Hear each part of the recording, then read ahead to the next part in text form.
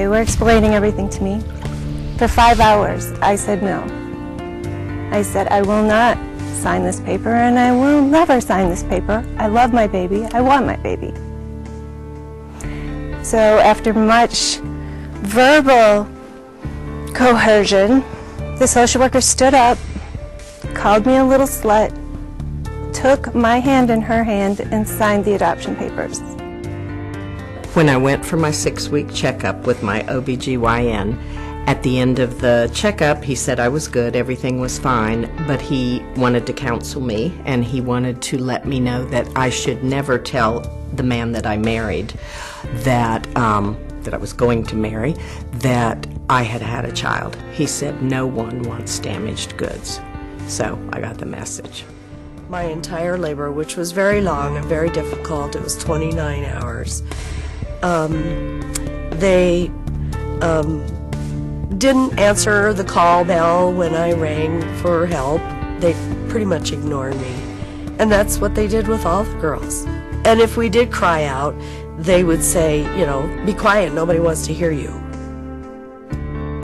Tonight we've been hearing the stories of some of the more than 1 million American mothers who gave up their children in the baby scoop era.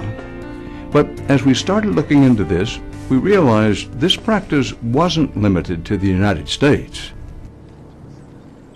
Our investigation took us to Australia, where some of the most horrific accounts of forced adoptions have been uncovered.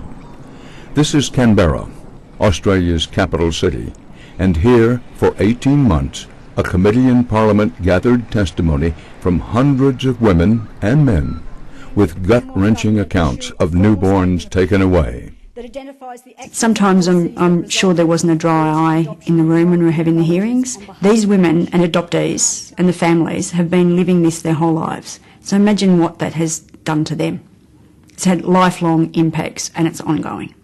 Rachel Seward is an Australian senator. She's heading the committee that has looked into forced adoptions. Australia is believed to be the first country in the world to open a formal investigation.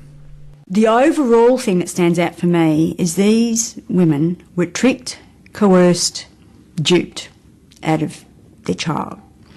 But it's the fact that they never had contact with their babies. They didn't get to touch them, see them, smell them, cuddle them. We were looked upon as being sluts, prostitutes, you name it, where it was about the family unit, you know, the mother, the father and a child, and that's what it was about. Jeannie Argus was 21 years old in 1971 when she went to Catholic Social Services seeking help to keep her baby after an unplanned pregnancy. No matter what I was going to do, my child was gone from the minute I walked in those gates. 9 months growing in our stomach, kicking, moving, then that baby's taken straight away at birth. The trauma the child goes through must be unbelievable. You can hear the crying. I'll always remember coming out of the hospital and the nun carrying my basket with the baby in it with a nappy over her head, telling me to look straight ahead. I was not to see her. Argus was just one of the many women to testify. Once the formal government investigation began, mothers came forward with egregious accounts. Jan Cashin's testimony, quote, "The drugging was mandatory for all unmarried women, as was the binding of the breasts, and in my case, the shackling to the labor ward bed." Linda Mae Bryant's testimony, quote, "I begged, I pleaded, and I did everything.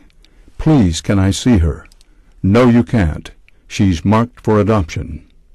And then there were those who were told their babies had died, when in fact they were placed for adoption. So for all those decades, that mother thought the baby was dead. Imagine then getting a contact to say, actually, I'm your child. Again, what would that just? It boggles my mind to think of how you could cope with that. The damage that Roman papacy has done, and I hope it explodes. They are some uncircumcised dogs. I hope that they are castrated so that they do not have any more children, so that they do not produce that species anymore. When I speak like this, I speak of that stinking pen. and then they want you to respect them. Respect our religions. Religion is not to be respected. You uncover the truth. You say the truth, no matter what.